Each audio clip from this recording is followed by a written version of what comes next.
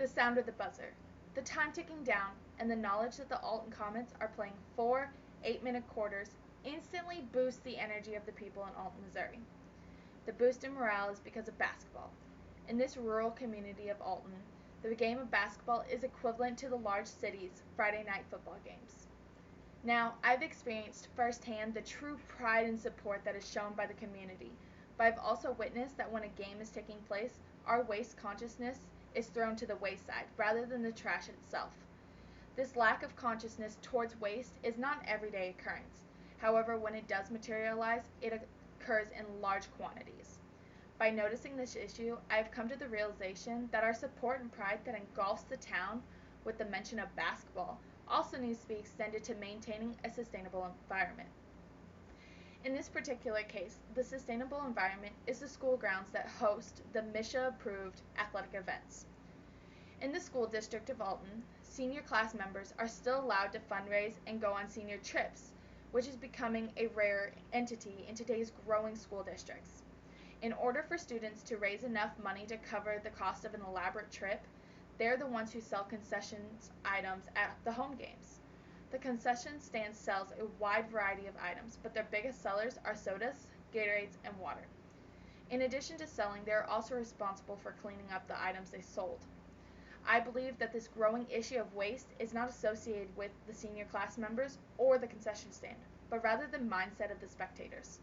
My perception is that the spectators see that leaving their trash behind is convenient. However, they don't realize that it is only convenient for them.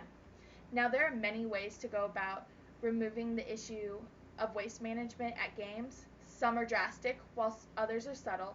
A drastic modification can be the banning of any concession items, and a subtle solution could be placing limitations on where certain concession items can go. In this particular case, a subtle plan of action has already been put into place and has been proved to be inefficient in maintaining waste control. The suggested modification that I propose to school staff members and senior class sponsors is that instead of selling just plastic bottles of soda, Gatorade, and water, they also sell large reusable cups. The plan imitates much of the same guidelines that movie theaters are using. For example, in a movie theater, they give the customers the option to either purchase a cup for approximately $5 that can be used for refills that only cost $1, or the option to purchase bottled beverages for about $2. The same concept would be applied in the concession areas. I feel that if people were given the option of what to purchase, as well as background and an explanation of why for the new product, they'd be more apt to partake in the movement for a more sustainable environment. While I wish that I would have been able to gather data on the success or the failure of the proposed solution, I've been unable to because of the modification plan is still being discussed by the faculty whether it will improve waste management while maintaining revenue for the senior class. Despite not having quantitatable data that either supports or dismisses the solution, I believe that a well-developed plan of action can only enhance Alton.